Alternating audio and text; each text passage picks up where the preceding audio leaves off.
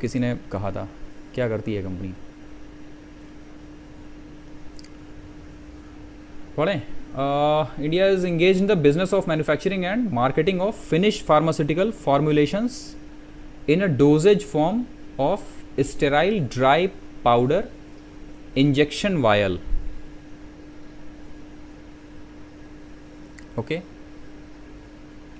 ये रहा history of past acquisitions.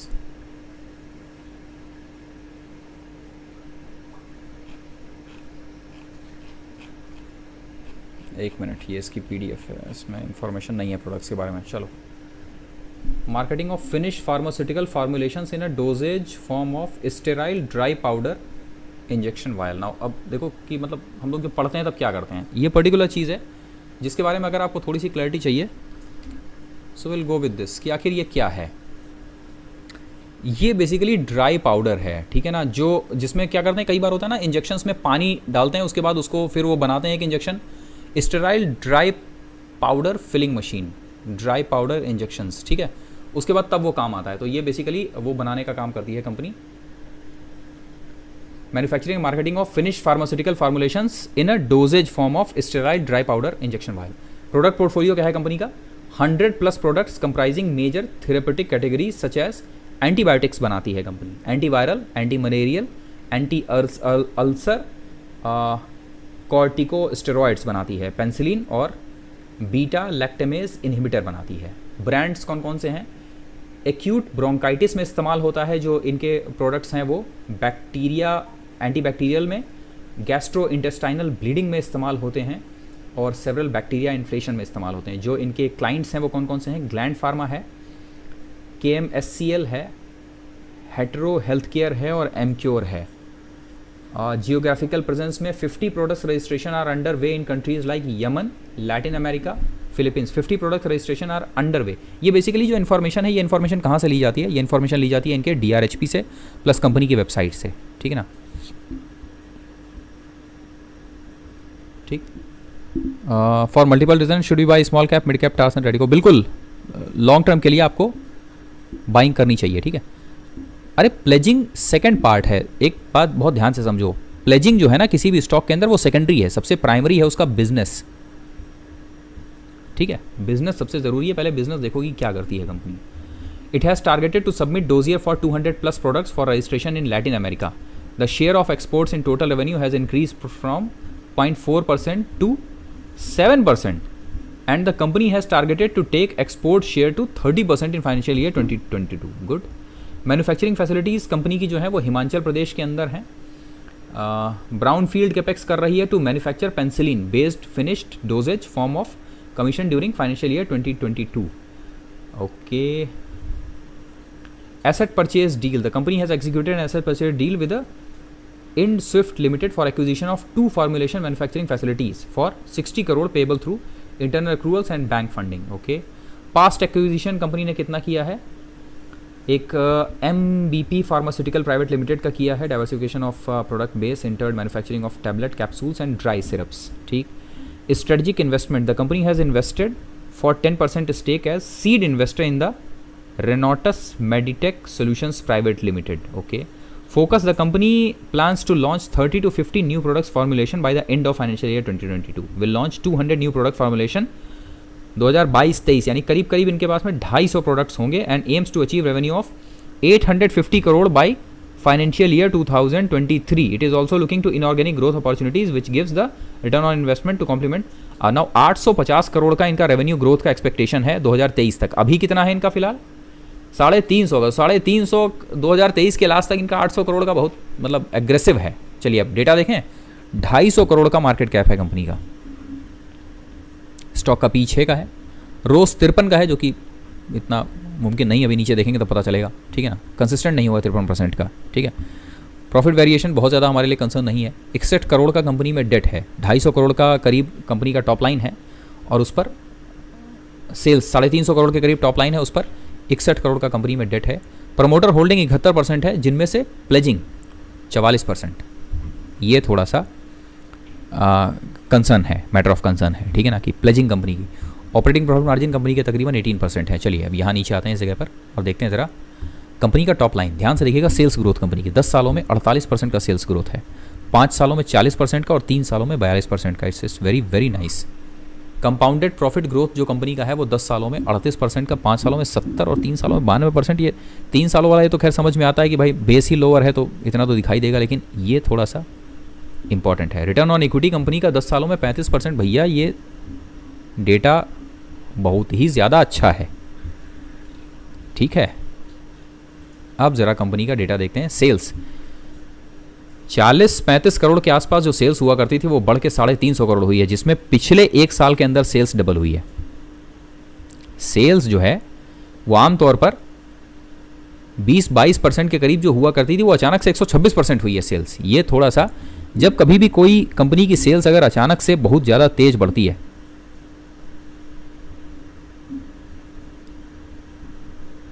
आप ये जो कंपनी स्टडी कर रहे हो कुछ भी डाटा नोट नहीं करते क्या? सुनील सर अभी तो हम लोग ये तो एट ए ग्लांस पढ़ रहे हैं, उसके बाद पढ़ाई होती है रात में जब डायरी खुलती है और इसकी एनुअल रिपोर्ट, डीआरएचपी और इन्वेस्टर प्रेजेंटेशन खुलता है तब। अभी तो हम ये एट ए ग्लांस पढ़ रहे हैं कि कंपनी पढ़ने लायक है कि नहीं आगे, ये देख रहे हैं, ठीक है ना। तो सेल्स ग्रोथ अचानक से अगर डबल हो जाए तो थोड़ा सा कंसर्न हो जाता है। और अगर आपको याद हो कि सेल्स ग्रोथ डबल जो हुई थी वो 2 जगहों पर हुई थी, ठीक है। वो कहाँ पर? एक कंपनी थी जो रिलेटेड थी इससे, बैटरीज से, क्या नाम था? 2 कंपनीज एक जैसी, HEG और दूसरी कौन सी थी? एक कोई याद दिलाएगा ज़रा? HEG, और उसके बाद वो अचानक से रनअप दिए तो उसके बाद फिर गिर गया था। इलेक्ट्रिक व्हीकल को लेके बहुत ज़्यादा उनके, ग्रेफाइट और HEG, ठीक है, उन दोनों के अंदर। तो इसी वजह से जो ईयर ऑन ईयर बेसिस पर ग्रोथ होती है ना, ये अगर 20-30% की हो तो प्रॉब्लम नहीं है, लेकिन अगर ये ईयर ऑन ईयर बेसिस पर ग्रोथ अगर कभी एकदम से मतलब 100% हो जाती है तो फिर बड़ा डर लगता है, ठीक है। Vinyl chemicals stock market updates पढ़ रखी है बताइए कंपनी, ठीक है। देन कंपनी के एक्सपेंसेस अगर आप ध्यान से देखिए, एक्सपेंसेस के अंदर कोई बहुत ज़्यादा मेजर चीज़ नहीं है। मेजर है हमारा ये पर्टिकुलर चीज़, ठीक है ना, एक्सपेंसेस। मैन्युफैक्चरिंग कॉस्ट जो है कंपनी की, मटेरियल कॉस्ट, वो करीब 66% के करीब है, जो ऑलमोस्ट स्टैटिक है। ये देखिए आप 70% से लेकर 66% के करीब ऑलमोस्ट स्टैटिक है, जिसमें मटेरियल कॉस्ट अभी थोड़ा सा कम हुआ है। मैन्युफैक्चरिंग कॉस्ट कंपनी की, ये अचानक मैन्युफैक्चरिंग कॉस्ट 0 कैसे हो गई है ये, ठीक। देन एम्प्लॉयज़ कॉस्ट है तकरीबन 8 से 9% के आसपास था, वही स्टैटिक है। और उसके बाद में अदर कॉस्ट तकरीबन 10% की है, तो 66% ये और 10% ये 76 और 5 81 के बाद बाकी बचा हुआ जो है वो आपका ऑपरेटिंग प्रॉफिट मार्जिन में चला आता है। तो 81 के बाद कितना बचा? 19%, वही यहाँ आ गया, ठीक है, 19%। और आमतौर पर जो ऑपरेटिंग प्रॉफिट मार्जिन हुआ करता था 10% के आसपास, उसमें 19% के करीब प्रॉफिट मार्जिन है। ये पूरी तरह से सही नहीं है। क्यों? एक्सपेंसेस में मैन्युफैक्चरिंग कॉस्ट ज़रूर शामिल होगी, ठीक है ना। सो इसको अगर आप शामिल कर लीजिए, 5% के करीब निकाल दीजिए तो करीब 14% ये हुआ, और इसके अलावा कुछ और भी हुआ है 14%। और जो ये एम्प्लॉई कॉस्ट थी इनकी, ये 9% और 6%, ठीक है। ये तो ठीक है, इतना समझ में आ रहा है। तो इसका मतलब है कि operating profit margin year on year basis पर करीब 4 से 5% बढ़े हैं, करीब 40% के करीब जंप आया है ऑपरेटिंग प्रॉफिट मार्जिन के अंदर, ठीक है। That's good. अदर इनकम बहुत ज़्यादा है नहीं। इंटरेस्ट कॉस्ट अचानक से बढ़ी है, दैट मीन्स कि अचानक से इन्होंने थोड़ा सा लोन लिया होगा, ठीक है। और कंपनी का जो नेट प्रॉफिट है वो आमतौर पर 2 करोड़, 4 करोड़, 6 करोड़ हुआ करता था, वो अचानक से बढ़ के 40 करोड़ हो गया है। यही चीज़ थोड़ी सी डराती है, जब एकदम से भागता है ना कंपनी कोई। हाँ, सुनील हेल्थ केयर नहीं देखिए ब्रदर में, जब अचानक से कंपनी भागती है ना तब थोड़ा सा डर लगता है, ठीक, बहुत ज़्यादा ही है तो। और इसके साथ प्रॉफिट बिफोर टैक्स ठीक है। अब ज़रा एक बार क्वार्टर एंड क्वार्टर बेसिस पर देखते हैं कोई मेजर चेंजेस आए हैं क्या। यस, मेजर चेंजेस आए हैं। आमतौर पर क्वार्टर्स के अंदर जो तकरीबन 35 करोड़ के आसपास हुआ करता था क्वार्टरली सेल्स, वो अचानक से बढ़ के 95 करोड़ के करीब हो गई है। Operating profit margin quarter and quarter basis पर बढ़ा है, तकरीबन 12% हो गया है। नेट प्रॉफिट भी उसी हिसाब से बढ़ा है, और क्वार्टर एंड क्वार्टर बेसिस पर जो प्रॉफिट थे वो तकरीबन 5 से 6% हो गए। कोविड के कारण सेल्स हुई है, okay, that's good. Then balance sheet ठीक है। कैश रिजर्व कंपनी के 4, 18, 24, 30, 73 कैश रिजर्व के अंदर अचानक से बढ़ोतरी आई है। और कंपनी की बोरोइंग्स लगातार बढ़ी है, बट एक चीज़ हमेशा है, अगर आप पूरे को ध्यान से देखोगे, मार्च 2018 से लेके कॉन्टिन्यूअसली जो कंपनी की बोरोइंग्स और कंपनी का कैश रिजर्व है वो ऑलमोस्ट अगल बगल चल रहा है। ठीक है ना। तो ये थोड़ा सा, जब छोटी कंपनी होती है ना, देखो मार्केट कैप कितना है कंपनी का, 250 करोड़ के आसपास है। इसमें अगर कंपनी का कैश रिजर्व और कंपनी की जो बोरोइंग्स हैं वो अगर अगल बगल चल रही हो तो थोड़ा सा एक मैटर ऑफ कंसर्न होता है। बट इतनी छोटी कंपनी में इस तरह के मैटर ऑफ कंसर्न आपको देखने को मिलते ही हैं, ठीक है ना। देन इसके साथ में अदर लाइबिलिटीज़ भी हैं कंपनी में, 124 करोड़ की अदर लाइबिलिटीज़ है। क्या है? ट्रेड पेबल्स हैं भाई, ट्रेड पेबल्स थोड़े से गड़बड़ हैं, ठीक है ना, ट्रेड पेबल्स गड़बड़ हैं, और एडवांस फ्रॉम कस्टमर्स बिल्कुल नहीं है। सो अदर लाइबिलिटीज़ थोड़ा सा कंसर्न वाला पार्ट है ये, 124 करोड़ के करीब, ठीक।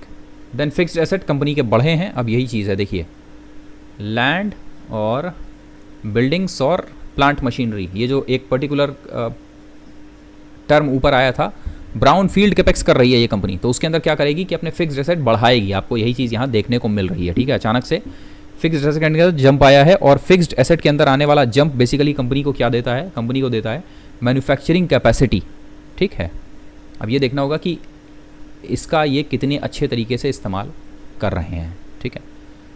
देन अदर एसेट्स बहुत मैटर नहीं करते हैं। Cash flow from operations company का कॉन्टीन्यूसली पॉजिटिव रहा है, हालांकि बहुत कम है बट कॉन्टीन्यूसली पॉजिटिव है, ये एक अच्छी खबर है।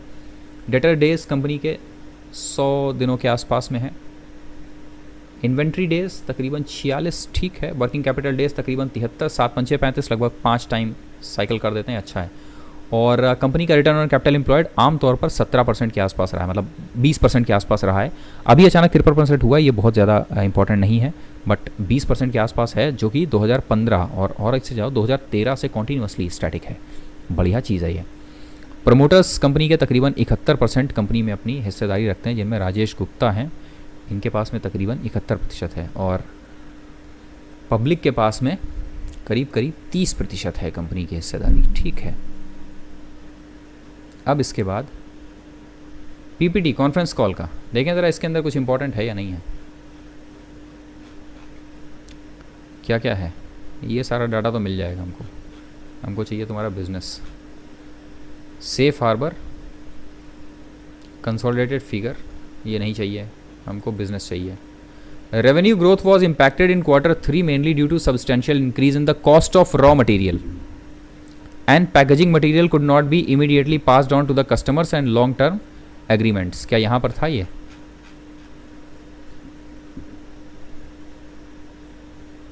एक मिनट, एनजी लाइफ ही है ना। मटेरियल कॉस्ट सी 68% से 72% जो हुआ है।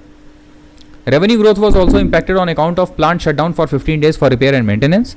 Gradual improvement in revenue growth is expected in the year end and margin also should return back to normalise level. Financial highlights of 9 months। EBITDA margins company के बढ़ने का, profit after tax तकरीबन 14% का growth expect कर रहे हैं ये लोग फाइनेंशियल ईयर 2022 में, दैट्स गुड।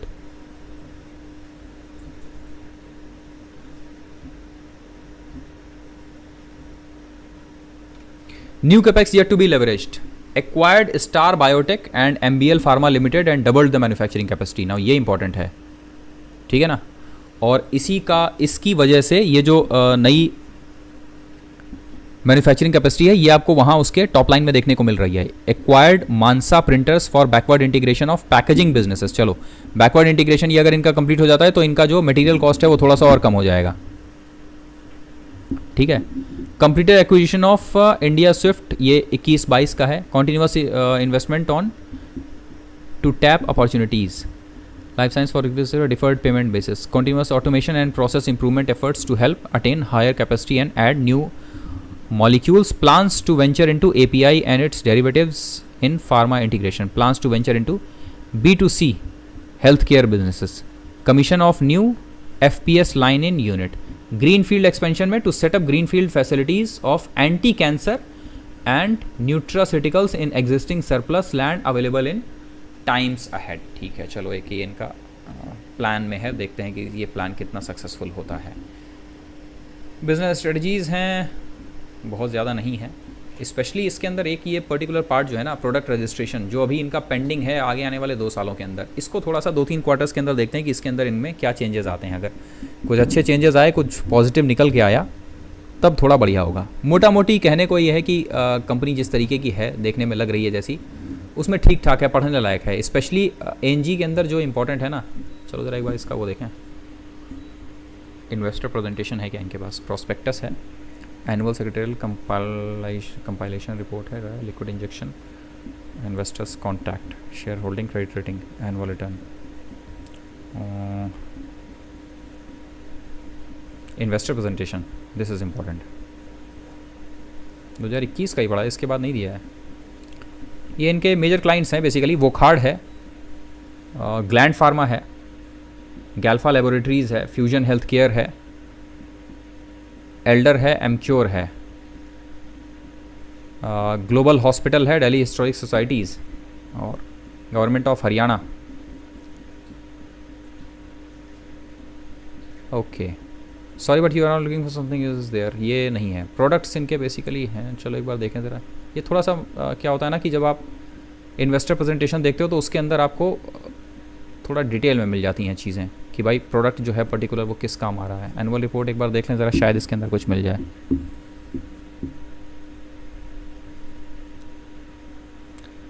अरे sorry but you are looking for something that is not here, क्यों भाई, ये अवेलेबल क्यों नहीं है यहाँ पे?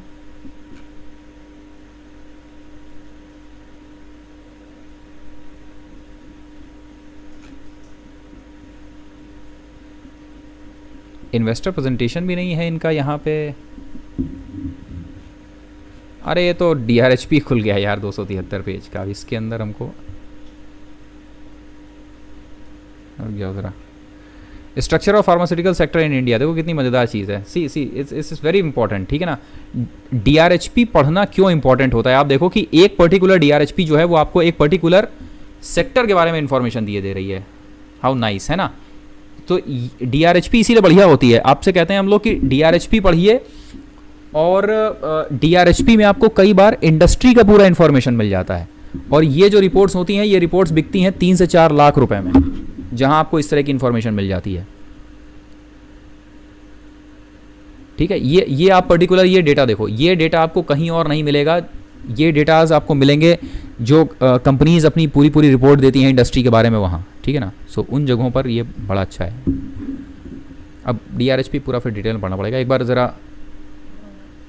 प्रोडक्ट्स देख लेते हैं। ओके, ये तो पूरे प्रोडक्ट्स की लिस्ट दी हुई है इनकी, दैट्स इट।